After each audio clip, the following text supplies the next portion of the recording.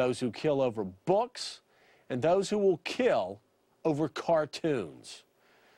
You've heard my opinion. Now let's bring in Brent Bozell. He's president of the Media Research Center. Also Joan Walsh.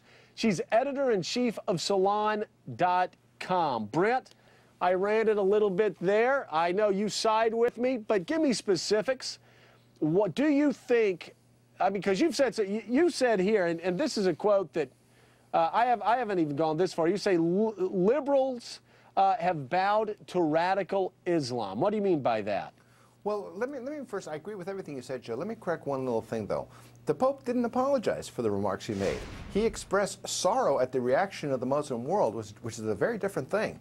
The Pope has nothing to apologize for, and anyone who read his talk will understand that. He was simply saying that a true religion must contain both the elements of faith and reason, and when either one of them is absent, it lends itself to fanaticism, and that is precisely what you're seeing with the radical Taliban. That's precisely what you're seeing with Al-Qaeda, with this, so let's get back to your point, though, about the liberal media being afraid of Islam. The point is, how do the media react to it? They call it heavy-handed. Diane Sawyer was baffled by this talk. I don't know what's baffling about it. It's very clear-cut. And the reaction to his talk, as you said, proved the point of his talk. Joan Walsh, you disagree. I disagree, Joe. You think this Pope should have apologized, and you think that his statements were way out of line. Explain why. You know, I don't think his statements were way out of line. Let's be clear about what I do think. I'll speak for myself. Thank you, Joe.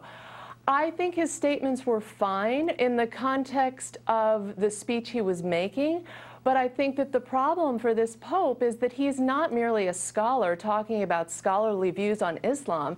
He's a global religious leader. He also follows in the footsteps of a Pope who was actually a great healer when it comes to the divide between Catholicism and Islam. He was the first Pope to go to a mosque.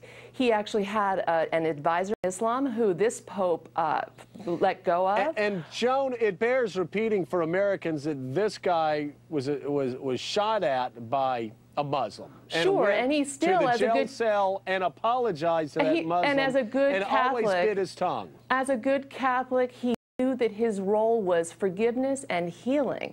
And as a good religious leader, he knew that his role was reaching out and bridging the religious divides that threaten to destroy our civilization.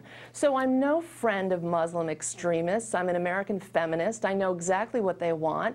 But I think you guys are really overreacting. And I also want to say... And Joan, let me say, though, I mean, I never, ever, hopefully you don't think I suggested for a second that you were an apologist for Muslim extremists. Well, I think look, Joe, anybody who's going on and on about the liberal media not getting the threat of Al-Qaeda, I think one real danger in this country, honestly, is the extent to which Al-Qaeda and Muslim extremists and some conservative extremists have some things in common, that we're not allowed to debate certain issues. Oh, no. Hold on a second.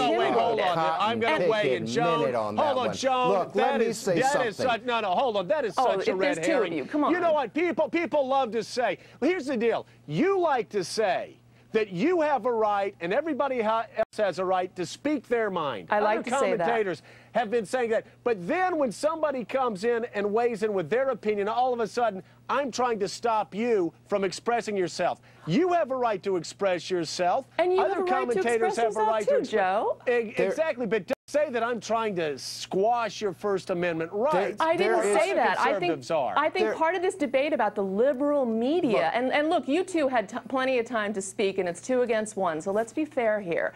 I think this debate about the liberal media harping on the Pope's words, this is an important debate, you guys. There is a context for what the Pope said. He is not Pope John Paul II. He's said many inflammatory and negative things about Islam being more about intimidation and violence, and I think that's the context. There we go again. Look, the bottom line is that there is a sweet, holy, saintly nun dead on the streets of the Sudan. And I'm going to get lectures from you equating Christians to these radical fundamentalists? How dare you, Joan? Oh, Brent, I didn't Christians. I equated people who are Yes, you focusing did. on. I didn't equate Christians. I said extreme conservatives. I didn't mention Christians. Who are the extreme conservatives who who are countenance doing extremists? just that? God, Joan, you guys. who are they?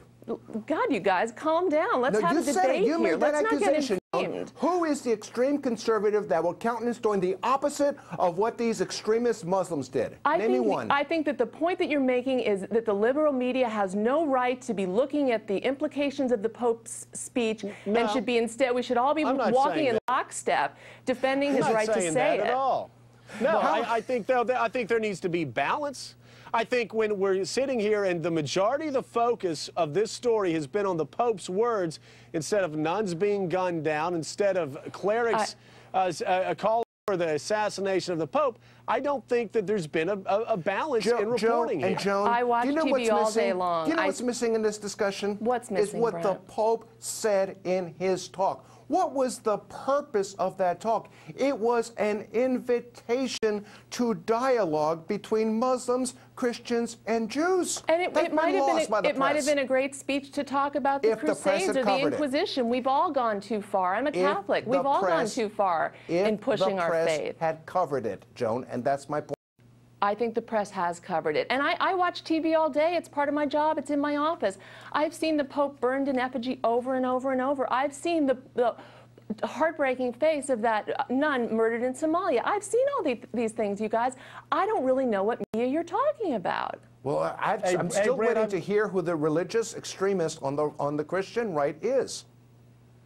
I think that in general, the people who want to stifle debate, and often it's people like you, Brent, who want to make it. No, it's me. Wait, hold on a second. I've got to ask you, Joan. I mean, if I wanted to stop a debate, I wouldn't have had you on this show. And I think No, but most you've got people me that on watch my show, I think most people that watch my show know that I usually allow people to talk. Tonight, it's 2-on-1. Yeah, I agree with Brent. On another night, I'll agree with you, and I'll enrage Joe. conservatives. That is true. That is true, but I think you're being really heavy-handed on this particular issue. I do.